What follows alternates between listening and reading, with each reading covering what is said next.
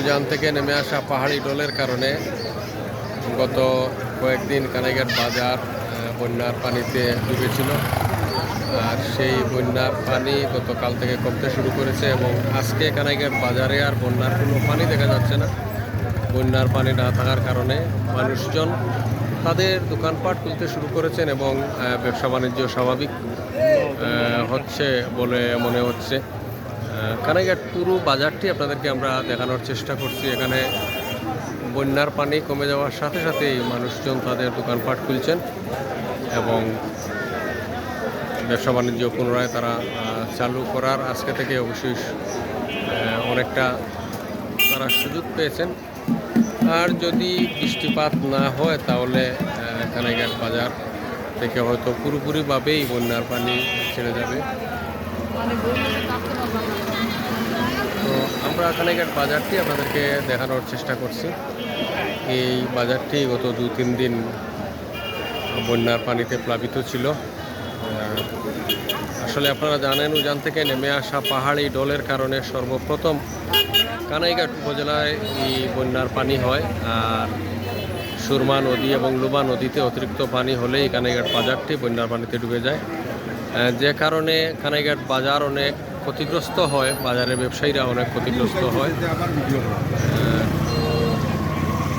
ঠিক একইভাবে গত কয়েকদিন বন্যার পানি থাকার কারণে এখানে ব্যবসা বাণিজ্য হয়নি, অনেক ক্ষতিগ্রস্ত হয়েছিলেন ব্যবসায়ীরা।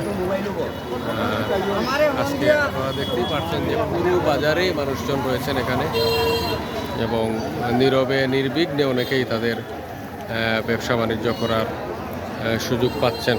আর হয়তো যদি বৃষ্টিপাত না হয় তাইলে কানাইঘাট বাজারটিতে আসলে মানুষজন তাদের ব্যবসা বাণিজ্য করতে পারবে।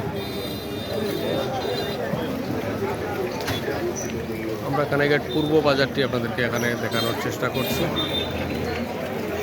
কানাইঘাট পূর্ব বাজারের পুরো দৃশ্য আপনারা এখান থেকে দেখতে পাচ্ছেন। শুধু কানাইঘাট পূর্ব বাজার নয়, আমরা যদি আপনাদেরকে এদিকে দেখাই, এটি কানাইঘাট দক্ষিণ বাজার। দক্ষিণ বাজারেও দোকানপাট হয়েছে এবং বাজার থেকে পানি অনেকটা কমে গেছে।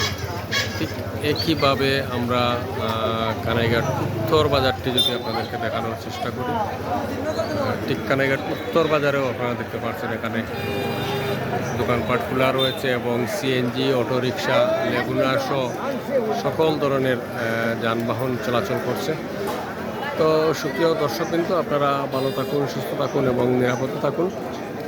আর জিসান টিভির সঙ্গেই থাকবেন।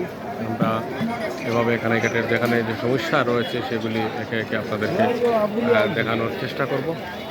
সবাইকে ধন্যবাদ। আসসালামু আলাইকুম।